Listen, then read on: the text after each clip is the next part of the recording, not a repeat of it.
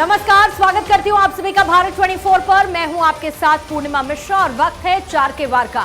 Monsoon की शुरुआत हो चुकी है। कुदरत के क्रोध ने भारत के कई हिस्सों को अपनी चपेट में ले लिया। मैदानी इलाके हो या फिर पहाड़ के इलाके, हर जगह सैलाब मौत बनकर खड़ा है। मैदानी इलाकों में लोगों की जान आफत में है तो शहरी इलाकों में भी अलग अलग घटनाओं में लोगों की जान जा रही है। इस खबर पर आपको तस्वीरें भी दिखाऊंगी और डिटेल दूंगी। अगली खबर आपको बताएंगी शिखा ठाकुर। और अगली खबर, जमीन खोर चीन की हरकतों से पूरी दुनिया वाकिफ है, लेकिन अब चीन को सबक सिखाने के लिए पूरी दुनिया एकजुट होती नजर आ रही है और इस पहल में भारत अहम भूमिका निभा रहा है। भारत के साथ अमेरिका जैसा सुपर पावर है तो वहीं चीन की दादागिरी से परेशान ताइवान और मलेशिया भी भारत के नेतृत्व में चीन को सबक सिखाने के लिए बेताब बैठे हैं। अगली खबर के लिए रुख करेंगे महिमा का। देखिए, महाराष्ट्र से जुड़ी हुई खबर मैं आपको बताऊंगी। महाराष्ट्र में मचे सियासी भूचाल के बाद अब बिहार में सियासी हलचल तेज हो चुकी है। एक सीनियर अधिकारी की वजह से महागठबंधन में विरोध की आवाज तेज हो गई है। महागठबंधन में सहयोगी एक पार्टी के विधायक ने इस मामले में सरकार पर हमला बोल दिया है। इस पूरी खबर को लेकर मैं आपको दूंगी विस्तार से जानकारी, लेकिन चौथी बड़ी खबर के लिए रुख करेंगे आयुषी का।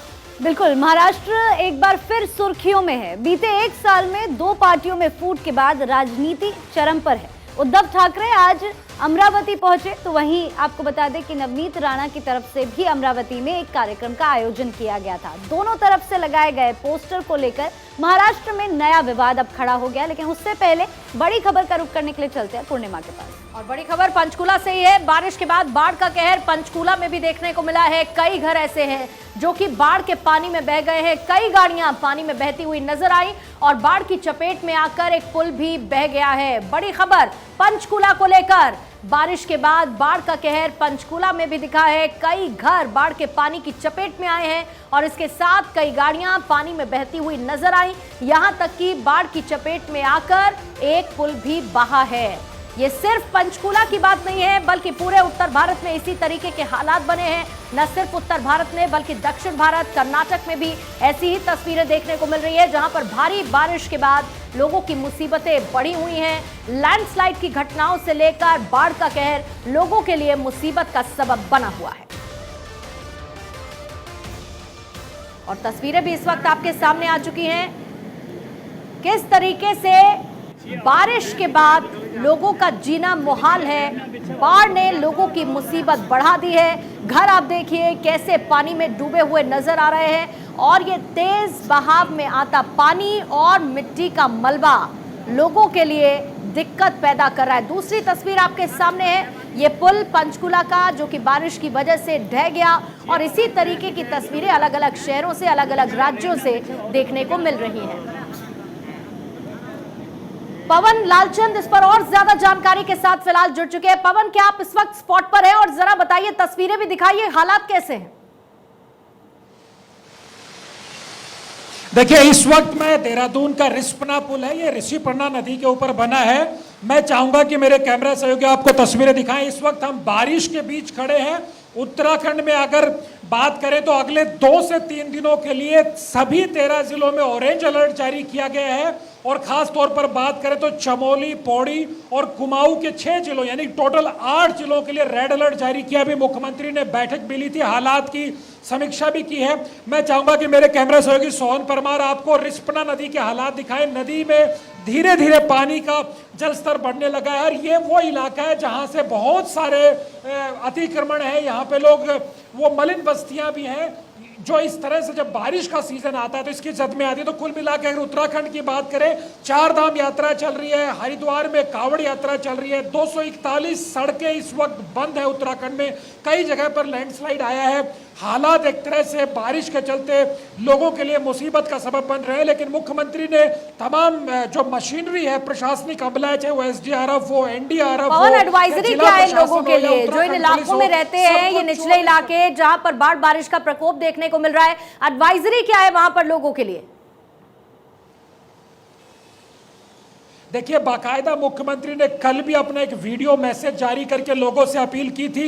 आज भी मुख्यमंत्री ने बयान देकर के यही अपील की है कि जो नदियों के आसपास लोग रहते हैं वो ऊपरी इलाकों में चले आएं। उसके अलावा जो 4 धाम यात्री जो आ रहे हैं उत्तराखंड, वो कम से कम 15 जुलाई तक उत्तराखंड आने की अपनी यात्रा है उसको पोस्टपोन करें, क्योंकि ऋषिकेश और हरिद्वार में बड़ी तादाद में लोग कांवड़ी आए हुए हैं। ऐसे में अगर चार धाम यात्री कम आते हैं तो पर्वतीय क्षेत्रों में जो लैंडस्लाइड है, बार बार जो सड़कें जाम हो जा रही है, उस तरह की मुसीबतों से लोग बच सकते हैं। तो कुल मिलाकर एडवाइजरी यही है कि 15 जुलाई तक जब तक रेड अलर्ट है, लोग अवॉइड करें उत्तराखंड में कम से कम बाहर आने वाले, और जो स्थानीय लोग हैं जो गंगा, यमुना या दूसरी नदियों के बिल्कुल किनारे पर रहते हैं वो ऊपर की तरफ चले जाएं, और पर्वतीय क्षेत्रों में लोग कच्चे मकानों में ना रहें, वो पक्के मकानों में रहें, और अपने मवेशियों को भी खुले में ना रखें, उनको भी पक्के एक तरह से निवास में ही रखा जाए। जी पवन, कैसे लेकिन इसको मैनेज किया जाएगा, क्योंकि आपने बताया कि खुद मुख्यमंत्री बैठकों पे बैठकें कर रहे हैं, लेकिन ऐसे में देखिए सावन का महीना है और आपने खुद कांवड़ियों का जिक्र किया, उनके लिए वैकल्पिक व्यवस्था क्या की जाएगी? क्योंकि ऐसी स्थिति तो नहीं है, जिस तरीके से नदी का जलस्तर बढ़ा हुआ है, तेज बहाव इस वक्त हम देख रहे हैं, लैंडस्लाइड की घटनाएं हो रही हैं, ऐसे में उनके लिए वैकल्पिक व्यवस्था क्या की जा रही है, इस पर भी विचार हो रहा है? देखिए, वैकल्पिक व्यवस्था की बात करें और मॉनिटरिंग की बात करें, आप जानते हैं खुद प्रधानमंत्री नरेंद्र मोदी ने आज बारिश के हालात की समीक्षा की है। गृह मंत्री अमित शाह लोगों से, तमाम राज्यों के मुख्यमंत्रियों से कोऑर्डिनेट कर रहे हैं, उनके संपर्क में है। सबसे बड़ी बात यह है कि उत्तराखंड सरकार ने यह फैसला लिया है कि जो चार धाम रूट है वहां पर शाम को 8 बजे से लेकर के सुबह 5 बजे तक व्हीकल्स को नहीं चलने दिया जाएगा, ताकि जो रात्रि में जो बाहर का यात्री है फंस जाता है और वो प्रशासन के लिए एक चुनौती हो जाती है उस तक रेस्क्यू ऑपरेशन पहुंचाना या खान पान पहुंचाना। उस नजरिए से देखा जाए तो एक तो चार धाम यात्रियों के लिए तो यही व्यवस्था है कि रात में 8 बजे से लेकर सुबह 5 बजे तक चार धाम रूट्स पर वाहन नहीं चलेंगे। उसके अलावा जहां तक कावड़ियों की बात है तो प्रशासन ने अपने स्तर पर इंतजाम किए हैं, यूपी पुलिस के साथ, यूपी प्रशासन के साथ कोऑर्डिनेशन भी किया जा रहा है। लेकिन निश्चित तौर पर जैसे जैसे बारिश बढ़ेगी हालात एक तरह से बिगड़ने वाले हो सकते हैं, और अपने स्तर पर प्रशासन बाहरी राज्यों से आने वाले लोगों से अपील ही कर रहा है, खुद मुख्यमंत्री लोगों से अपील कर रहे हैं कि अगर हो सके तो 15 जुलाई तक उत्तराखंड की तरफ कम से कम लोग करें। बिल्कुल, चलिए ठीक है पवन, बहुत बहुत शुक्रिया, और आप भी अपना खूब ख्याल रखिए। और देखिए, भारत के 11 राज्यों में कुदरत का क्रोध साफ तौर पर नजर आ रहा है। मौत बनकर के ये क्रोध टूटा है। देश के अलग अलग हिस्सों से जो तस्वीरें सामने आ रही हैं उसे देखकर कुदरत के इस क्रोध का अंदाजा लगाया जा सकता है। लगातार हो रही बारिश से मैदानी इलाकों की सड़कें नदी बन गई है, तो वहीं पहाड़ी इलाकों में बारिश और बादल फटने की घटना से हालात ऐसे बन गए मानो नदियां आने व अपने साथ सब कुछ बहा ले जाने को आमदा है।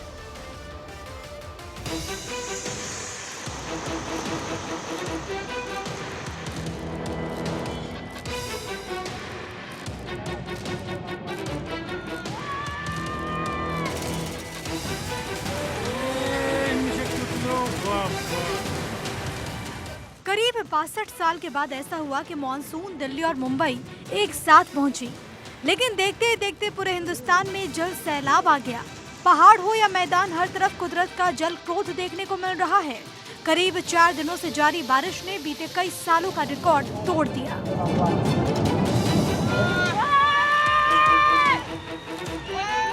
हिमाचल के मंडी में हालात बेहद खराब हैं। सालों पुराना पंचबख्तर मंदिर पूरी तरह से जलमग्न हो गया है। तस्वीरें मंडी के विक्टोरिया ब्रिज की है। नदियां पूरी तरह से उफान पर हैं। आसपास के इलाकों से लोगों को हटाया जा चुका है। लोग जान जोखिम में डालकर एक जगह से दूसरी जगह पर जाने के लिए मजबूर हैं। आसमान से बरस रही आफत ने लोगों का रास्ता रोक दिया। पानी की रफ्तार इतनी तेज है कि लोग आगे बढ़ने से कतरा रहे हैं। अब जरा मौत बनकर तेज दौड़ रही नदी की लहरों को भी देखिए। पानी को देखकर ऐसा लगता है मानो लहर अपने साथ सब कुछ ले जाने पर आमादा है। कई दिनों से हो रही लगातार बारिश ने पहाड़ों पर जीवन को काफी चुनौतीपूर्ण बना दिया। कई जगह हाईवे पर पत्थर और पेड़ों के गिरने का सिलसिला जारी है। लोगों को ज्यादा परेशानी न हो, इसके लिए प्रशासन की तरफ से रेस्क्यू ऑपरेशन भी चलाया जा रहा है।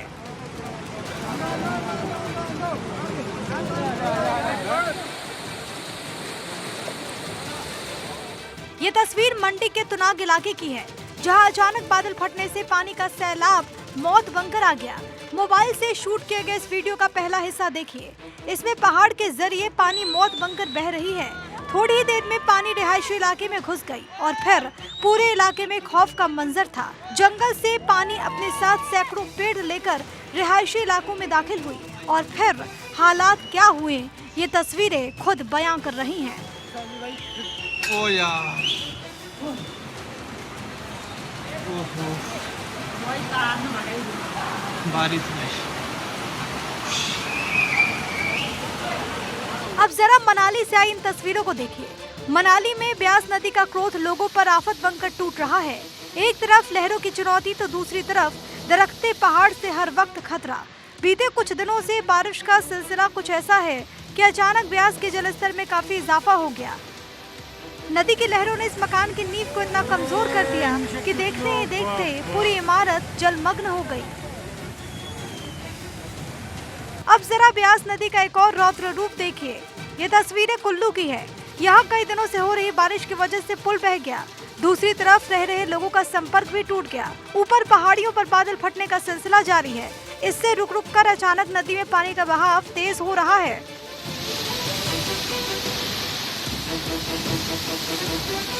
कुल्लू और मनाली में कई सैलानी फंस गए। कई घंटों से बिजली की सप्लाई बाधित है। सैकड़ों लोगों को नदी किनारे से सुरक्षित जगहों पर शिफ्ट कराया जा चुका है। हिमाचल के साथ ही साथ जम्मू कश्मीर में भी लोग जल क्रोध के शिकार हुए। नदियों का जलस्तर लगातार बढ़ रहा है। बारिश का सिलसिला जारी है। प्रशासन की तरफ से लोगों को सुरक्षित इलाकों में शिफ्ट किया जा रहा है। लोग अपना घर छोड़कर किसी तरह जान बचाने के लिए मजबूर हैं।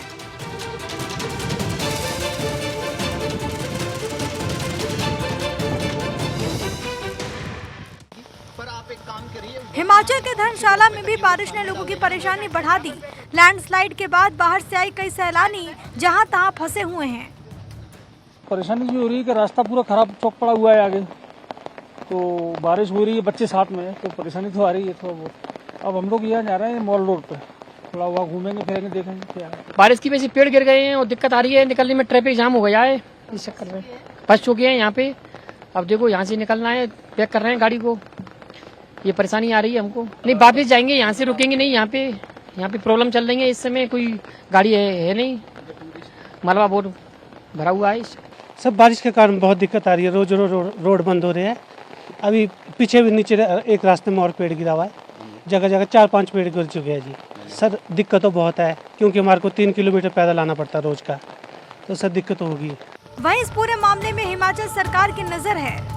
सभी प्रदेशवासियों से एक बार फिर मैं अनुरोध करना चाहता हूं कि वो अगले 24 घंटे तक अपने घरों में रहें, क्योंकि बहुत तेज़ बारिश होने की संभावना अगले 24 घंटों में है। हमने आपदा से निपटने के लिए 3 नंबरों को जारी किया है। ये नंबर है 1100 नंबर, 1070 नंबर, 1077 नंबर, यानी कि और इन नंबरों पर आप कॉल करके जो भी कोई व्यक्ति आपदा में फंसा उसकी जानकारी आप इन नंबरों के माध्यम से, हमारे माध्यम से पहुंचा सकते हैं। हिमाचल जैसे ही हालात जम्मू कश्मीर में भी हैं। तेज बारिश के साथ साथ लैंडस्लाइड की वजह से परेशानियां और बढ़ गई। कई जगह नदियों का जलस्तर बढ़ने से नेशनल हाईवे को बंद कर दिया गया। इसके बाद रामबन और आसपास के इलाकों में तेजी से हाईवे से पत्थरों को हटाया जा रहा है। वहीं दिल्ली एनसीआर में बारिश ने पूरे शहर की रफ्तार रोक दी। प्रगति मैदान टनल में पानी भर गया। इसके बाद टनल को बंद किया गया। देखो फिलहाल कल बारिश की वजह से बंद है। अब अंदर पानी उनी है या नहीं है वो तो हम लोग अंदर गए नहीं है, बट बारिश की वजह से कोई ज़्यादा लफड़ा ना हो जाए, कोई मतलब गाड़ी उड़ी ये प्रॉब्लम ना हो जाए, इस वजह से अंदर जाने के लिए बंद किया गया है। बारिश से कहीं करंट वरेंट कुछ मैटर हो जाए, इस वजह से बंद किया गया है। कल बारिश में पुलिस वाले आके बंद करवा दिए। पानी भर गया था? हाँ, कुछ पानी भी था और पुलिस वाले आके बंद करा दिए कि आगे भी बारिश होने की आशंका है। हर गेट को पुलिस वाले ने बंद करवाया। दिल्ली के यमुना का जलस्तर बढ़ने से आसपास के इलाकों पर खतरा मंडरा रहा है। पिछले 2 दिनों से दिल्ली और आसपास के क्षेत्रों में हो रही बारिश के बाद यमुना नदी का जलस्तर अब बढ़ गया है। यमुना अपने खतरे के निशान के करीब बह रही है और यहाँ के जो आसपास के जो रहने वाले लोग हैं, निचले इलाके में रहने वाले लोग हैं, उनको यहाँ से शिफ्ट कर दिया गया है। दिल्ली में जिस तरह से बारिश हुई है, हालात काफ़ी विकराल रहे। हालांकि आज बादलों का और भगवान सूर्य का आँख मिचौली देखने को मिल रहा है, लेकिन आप देख सकते हैं कि यमुना अपने पूरे फ्लो में बह रही है। खतरे का निशान जो है वो 204 मीटर का है, वो यमुना 203 मीटर के करीब बह रही है और साफ तौर पर है कि एहतियातन यहाँ से लोगों को शिफ्ट किया गया है।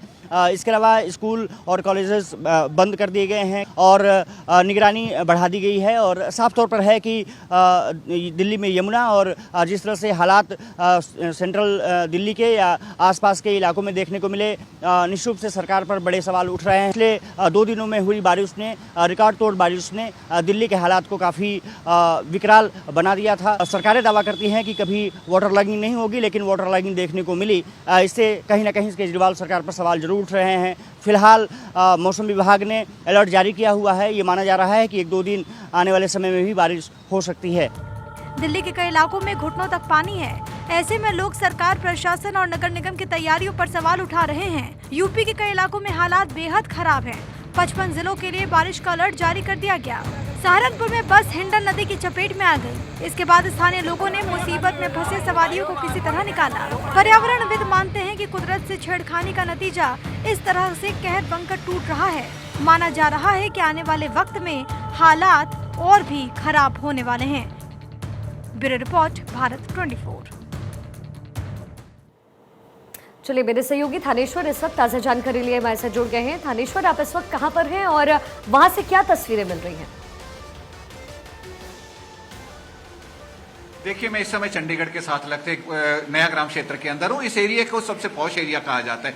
इस एरिया को अभी कुछ समय पहले ही बसाया गया था, लेकिन आप देख सकते हैं कि इसमें चारों तरफ पानी ही पानी नजर आ रहा है। मैं मेरे कैमरामैन को कहूंगा कि आपको दिखाएंगे कि यहाँ इतना तेज पानी है कि कई लोग सड़क पार करते हुए गिर भी गए हैं। और सबसे बड़ी बात यह है कि इस एरिया से मात्र 1.5 से 2 किलोमीटर की दूरी पर हरियाणा के मुख्यमंत्री का निवास है, पंजाब के मुख्यमंत्री का निवास है और हरियाणा पंजाब के मेन ऑफिसेज है। इसके बावजूद इस एरिया में जो हालात है आप सहज ही देख सकते हैं। हालांकि जिस तरीके से लगातार बारिश हो रही है, इसको देखते हुए हरियाणा के मुख्यमंत्री और पंजाब के मुख्यमंत्रियों ने आपात बैठक बुलाई है और सभी आला अधिकारियों को अलर्ट रहने की सलाह दी गई है। खासतौर पे हरियाणा के अंदर अगर मैं कहूंगा, पंचकुला में घग्गर नदी अपने पूरे उफान पर चल रही है, जिससे कि वहां लोगों को अत्यधिक परेशानियों का सामना करना पड़ रहा है। घग्गर नदी के साथ के जो लगते मकान है, सोसाइटियां हैं, वहां से लोगों को खाली करवाया जा रहा है। खासतौर पर अमरावती सोसाइटी है, अमरावती सोसाइटी को तकरीबन खाली करवा लिया गया, क्योंकि घग्गर नदी का जिस तरीके से उफान चल रहा है, सबको पता है कि घग्गर नदी बहुत ज्यादा आतंक मचाती है और बहुत विकराल रूप धारण करती है। अभी घग्गर नदी खतरे के निशान से